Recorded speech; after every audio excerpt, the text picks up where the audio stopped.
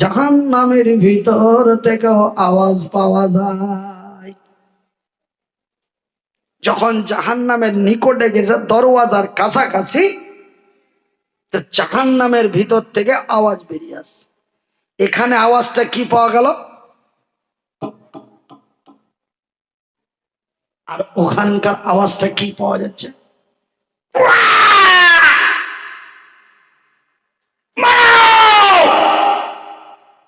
বিকট আওয়াজ,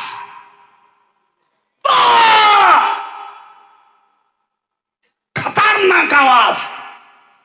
আল্লাহর নবী, দয়ার নবী, বিশ্বের নবী কদম বাড়াতে পারলেন না, থমকে দাঁড়িয়ে গেলেন। আর জিবরাইলকে বলেন, ওগো জিবরাইল, জাহান্নামের ভিতর থেকে ভয়াবহ আওয়াজ বেরিয়ে আসে।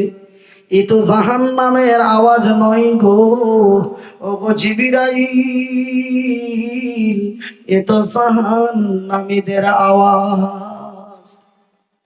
সুবহানাল্লাহ বলা যায় না? একটু আস্তে বলুন।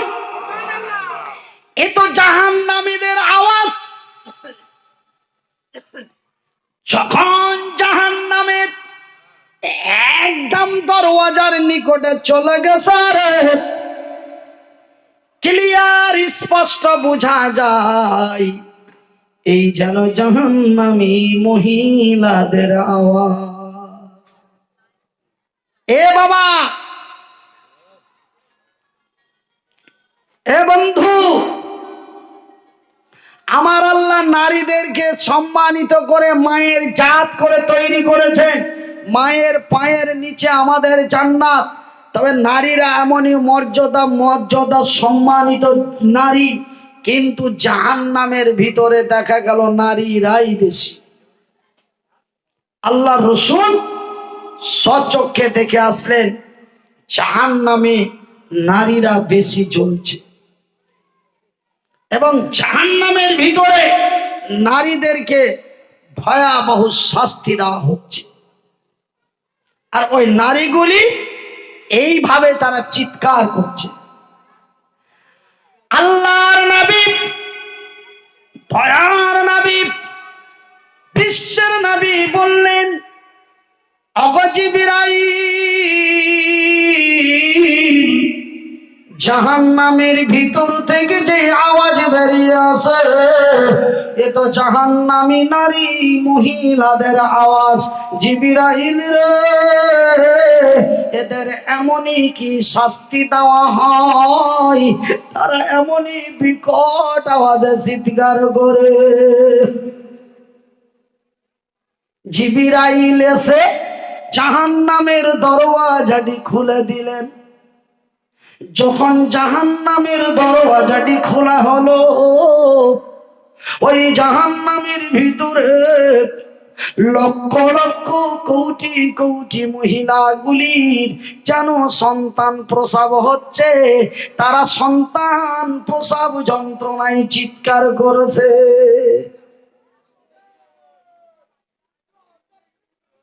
আপনারা মনে মনে ভাববেন, আমার মায়েরা মনে মনে কেউ ভাবছে, কেউ খুশি হয়েছে, যাক, এই আমরা আল্লাহর জমিনে সলিমউদ্দিনের ছেলের সাথে বিয়ে হয়েছিল, সোহাগে রাত্রে স্বামীর সাথে ঘুমিয়েছিলাম, আমি গর্ভধারণ করেছিলাম, তবে জাহান্নামের ভিতরেও বিয়ে করতে পাবো।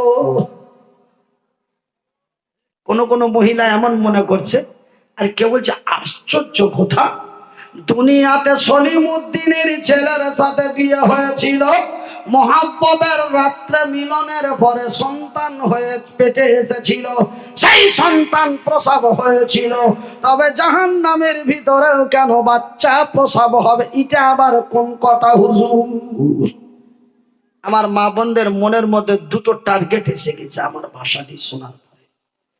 বাজানারে, এটা কোনো বানানো কেচ্ছা নয় বন্ধুরে, এটা কোনো বানানো কেচ্ছা নয় বাজান রে, আমার পরদান আছেন মায়েরা, এটা কোনো হুজুরের লেখা কিতাব নয় রে, আমার নবীর হাদিস। হাদিসটির নাম হলো বুখারী শরীফ। বুখারী শরীফের ভিতরে এই ঘটনাটি পাওয়া যায়, যেই ঘটনাটি আমি মনিরউদ্দিন আপনাদের কাছে তুলে ধরেছি। ভাই গো, এইবারে জাহান্নামী মহিলাগুলি যাদের বাচ্চা ভূমিষ্ঠি হচ্ছে, তাদের পেটের ভিতরে দেখা যাচ্ছে অগণন বাচ্চা পায়খানার পোকার মতো কিলবিল কিলবিল কিলবিল করে অগণন বাচ্চা, আর এক একটা করে বাচ্চা তাদের ভূমিষ্ঠি হচ্ছে। বাজান রে আমার পরমা নাসিন মায়েরা, আমার বিবির যখন প্রসব যন্ত্রণা এসেছিল, 2 থেকে 2.5 ঘন্টার মধ্যে সন্তান প্রসব হয়ে গেছে। আমার বিবির যখন প্রসব যন্ত্রণা এসেছিল, অতিরিক্ত 3.5 থেকে 4 ঘন্টার মধ্যে হয়েছে। কিন্তু বাজান রে আমার রাসূল দয়ার হাবিব জিবরাইলের সাথে যে ওই মহিলাগুলিরে দেখলেন, এক একটা বাচ্চা প্রসব হতে ৭০ বছরের মতো লাগে। লজ্জা লাগে? জোরে বলুন, সবাই বলুন। আমার ভাইরা, আমার শিক্ষিতা পর্দানাসীন মা ও বোনেরা, শুনে যাও রাতের বেলা আমি মনিরউদ্দিন বলি খালা,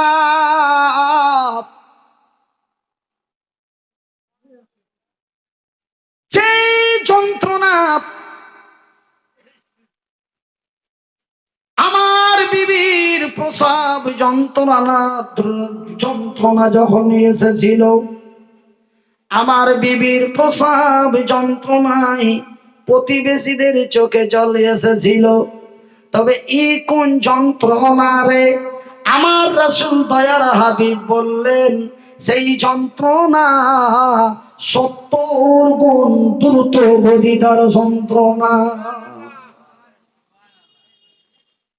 আমার ভাইরা, এমনই এক ভয়াবহ আযাব, এমনই এক ভয়াবহ শাস্তি দেখে আমার নবী, আল্লাহর নবী, দয়ার নবী জিবরাইলকে প্রশ্ন করে বলেন, ইয়া আল্লাহর ফেরেশতা হযরতে জিবরিল,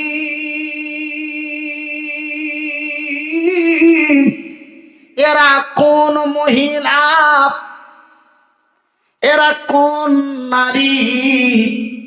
কেউ যদি একটা লাইট চুরি করে নেয়, ওর শাস্তি ভারতীয় দণ্ডনীয় অপরাধে একরকম শাস্তি। কেউ যদি কারো অন্যায় ভাবে ধরে, পুলিশ কেসে হলে তার একরকম শাস্তি। কেউ যদি কাউকে মার্ডার করে দেয়, তার একরকম শাস্তি।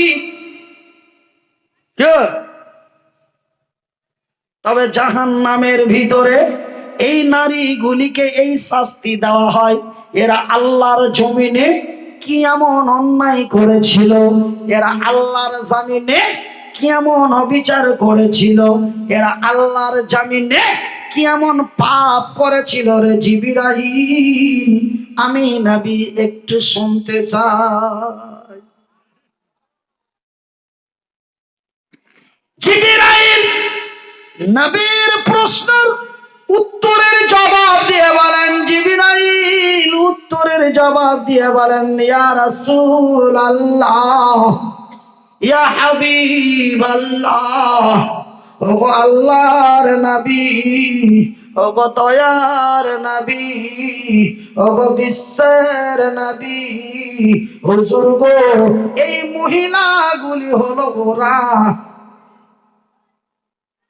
যারা আল্লাহর জমিনে রূপ চর্চা করে, আল্লাহর জমিনে রঙ্গ কইরা রাস্তায় চলেছে। এই মহিলাগুলি হলো ওরা।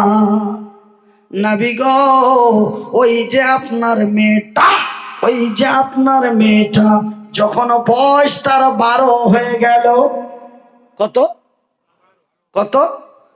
ওই যে আপনার মেয়েটা বয়স যখন তার 12 হয়ে গেল, মেয়েটা পূর্ণ যুবতী হয়ে গেল, তার অঙ্গ প্রত্যঙ্গে যৌবন এসে গেল।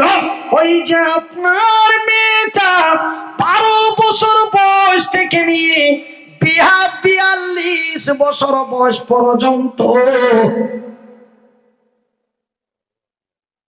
কত থেকে কত? 12 থেকে 42 বছর বয়স পর্যন্ত। 12 মাইনাস 30 বছর ধরে কত বছর? ওই যে 30 বছর ধরে আপনার মেয়েটা আল্লাহর জমিনে বেহায়া, বেপরদা, লীলজ্জা, নখ পালিশ, ঠোঁট পালিশ দিয়ে অর্ধ উলঙ্গ হয়ে আগা পাশা বুঝা গেছে রাস্তায় চলেছে। ওই মেয়েটার দিকে হাজারো হাজার পুরুষ দৃষ্টি করেছে। বাপের মতো বয়সের বাপেরা, চাচার মতো বয়সের চাচারা। খারাপ লাগছে শুনতে?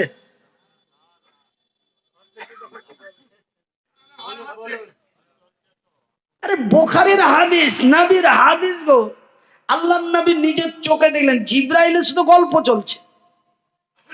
জিব্রাইল বলছেন এই মহিলাগুলি হলো ওরা। এই শাস্তি যাদের দেওয়া হয়েছে, এই অপরাধটাই তারা আল্লাহর জমিনে করেছিল, তার জন্য এই শাস্তিটা আল্লাহ তাদের দিয়েছেন। ভাইজান, ওই যে মেয়েটার দিকে আমার বাবার মতো বাবা, চাচার মতো চাচা, দাদুর মতো দাদু, নানার মতো নানা, ভাইয়ের মতো ভাই, পোতার মতো পোতা, বেনামাজি, মদখোর, সুদখোর, হিন্দু, জৈন, বৈধ, খ্রিস্টান, ইহুদি, নাসারা, দেওবন্দি, বেরেলি, হানাফি, কাদিয়ানি, মালিকি, হাম্বলি, শিয়া, সুন্নি, খান, পাঠান, লক্ষ লক্ষ পুরুষেরা ওই মেয়েটির দিকে দৃষ্টিপাত করেছে। কি করেছে? ওই যে মেয়েটার দিকে দৃষ্টিপাত করেছে, প্রত্যেকটি দৃষ্টিতে একটা করে বাচ্চা তাদের পেটের মধ্যে দেওয়া হয়েছে। কেন ভাইজান? মিলনের পরে বাচ্চা হয়। এই মিলনটাকে এক ভাষায় বলা হয়েছে জিনা, এই মিলনটাকে এক ভাষায় বলা হয়েছে ব্যভিচার, এই মিলনটাকে এক ভাষায় বলা হয়েছে সহবাস। মধুর মিলনটাকে কয় ভাষায় বলা হয়েছে বাজান? কয় ভাষা? বাজান ঘুমাইতেছে। কয় ভাষা? 3 ভাষা। একটার নাম হলো জিনা, একটার নাম হলো ব্যভিচার, আর একটির নাম হলো সহবাস। সহবাস কারে বলে? একজন রূপবতী সুন্দরীকে 1000, 5000, 50,000, 5 লক্ষ টাকা দিয়ে আমি তারে দিন মোহর দিয়া বউ বানাইয়া ঘরে নিয়েছে। যেই মিলনটা আমার হয়, সেই মিলনের নাম হলো সহবাস। রাস্তা দিয়ে চলছি, এক জঙ্গলি এলাকা দিয়ে যায়, হঠাৎ এক সুন্দরী রমণী সামনের দিকে পড়ে গেল। পকেটের ভিতর থেকে 6 ইঞ্চির চাকু বের করা হলো। আন্ডারস্ট্যান্ড হয়ে যা, না হলে পেটে দিয়ে দেবো। মেয়েটা জীবনের ভয়ে, জীবনের ঝুঁকি নিয়ে নিজের প্রাণ বাঁচাবার জন্য ওই ছেলেটার সাথে মিলন করে ফেললো। এর নাম কি জানো রে? এই মিলনের নাম হলো ব্যভিচার। এই মিলনটির নাম কি রে? যে মিলনটির নাম হলো জিনা।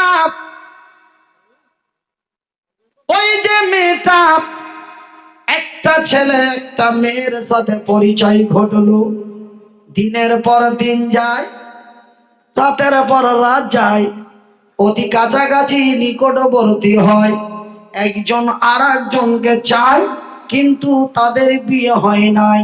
এই মুহূর্তে যেই মিলনটা হয়, এই মিলনের নাম হলো জিনা। তবে শুধু মিলন করলেই জেনা হয় না রে। আল্লাহ তার রাসূলের বিধানের আবু হুরায়রা থেকে নিয়ে বিভিন্ন নবীর সাহাবী থেকে বর্ণিত রয়েছে, তাবেঈন থেকে বর্ণিত রয়েছে। ভাই গো, একজন নারীর দিকে দৃষ্টিপাত করে তাকার নাম হলো জেনা। জেনা চোখের হয়, জেনা মনের হয়, জেনা হাতের হয়, জেনা পায়ের হয়। জিবরাইল বলেন, নবী গো,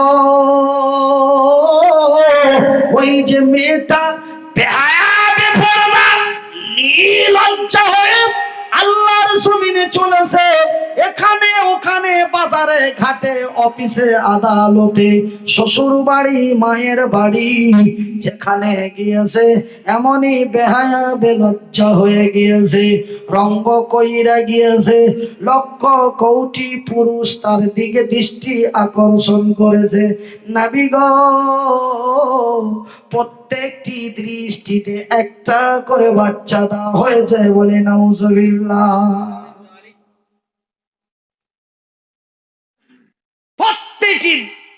প্রতিটা দৃষ্টিতে একটা করে বাচ্চা দেওয়া হয়েছে। তবে 30 বছর বয়স পর্যন্ত ওই মেয়েটার দিকে কতজন দৃষ্টিপাত করেছে বলে দেওয়া সম্ভব? গুণে দেওয়া সম্ভব?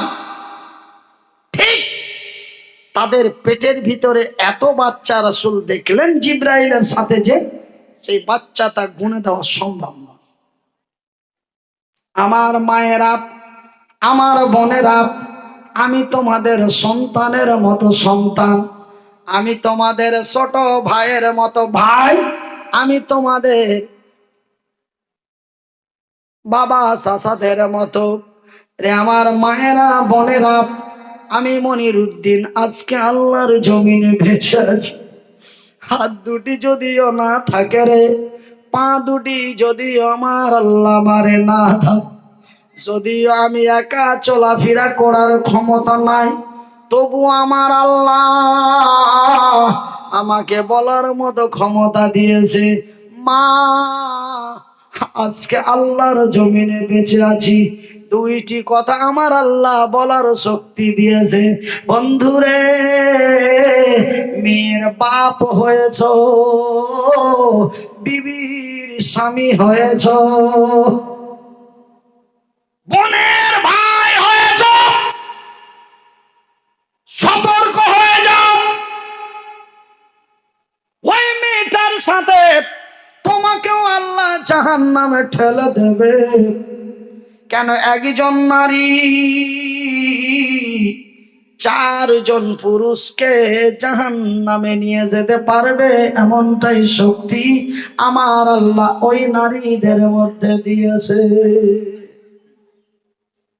সেহেতু বাজান, যারা নারীর স্বামী হয়েছ, যারা নারীর বড় ভাই হয়েছ, যারা নারীর বাপ হয়েছ, একটু সতর্ক হও। মেয়েটা যখন বাড়ি থেকে বেরিয়ে যায় একটু লক্ষ্য করিও। হারে মা, এমন রঙ্গ কইরা কোথায় যাবি?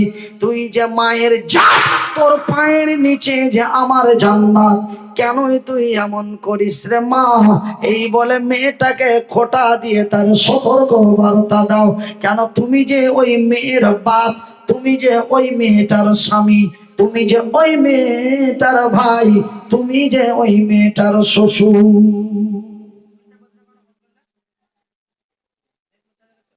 আমার ভাইরা, আমার আব্বা যেন শোনাচ্ছেন, আমার পর্দায় আছেন মায়েরা, মা গো,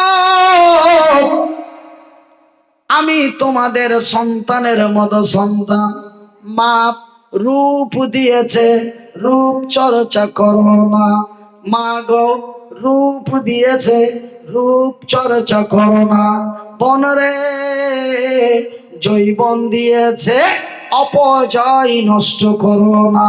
তুমি হলে জান্নাতি মহিলা, নারীরা হলো মায়ের জাত।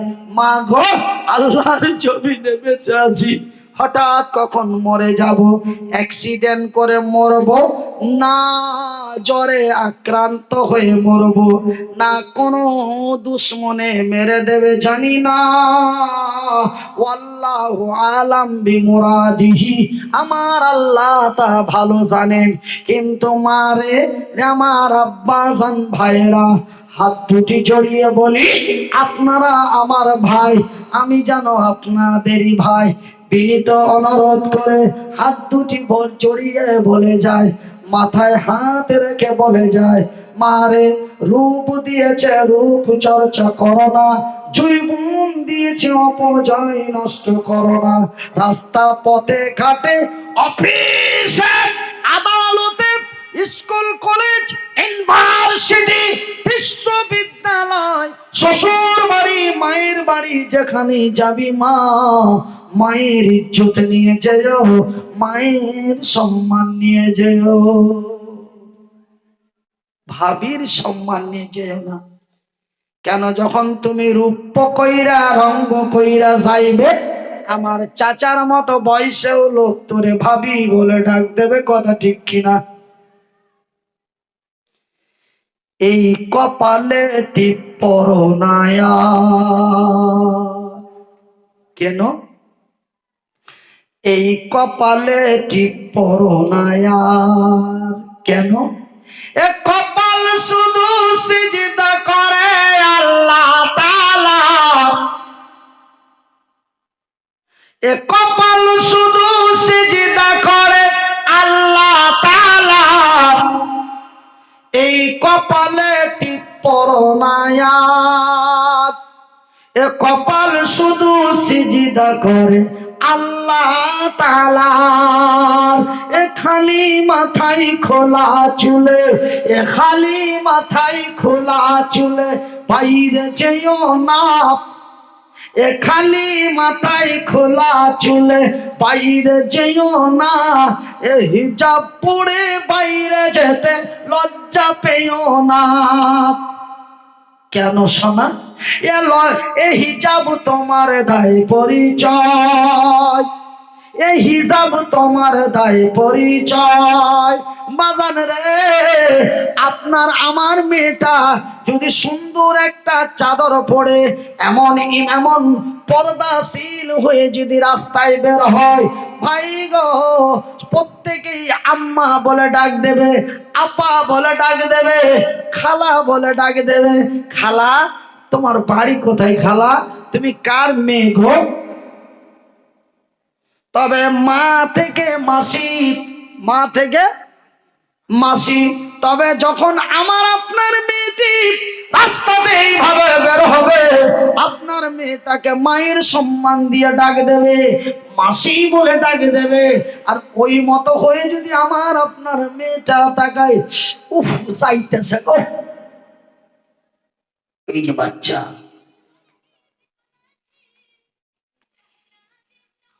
ওই যে বাচ্চা, ও নিচে দেখবে আর একজনকে ঘোষা দিয়ে বলবে যাইতাছে। ও নিজে দেখবে আর একজনকে দেখাবে, কথা ঠিক কিনা বলুন? কথা শুনতে খারাপ কিন্তু বুঝতে মারাত্মক। কেন? হক কথায় বাপ বেজার, গরম ভাতে বিলাই বেজার। রাসূল বলেন আল্লাহ কমরুন, হক কথা কড়া। বলে আলেম ওলামাদের লজ্জা শরম নাই, এরা যা পায় খুলে খুলে বলে দেয়। ওই খবরদার! তবে শুনে নিন কথাটি, ঘড়ির সময় যেন সাথ দিচ্ছে না, ঘড়ির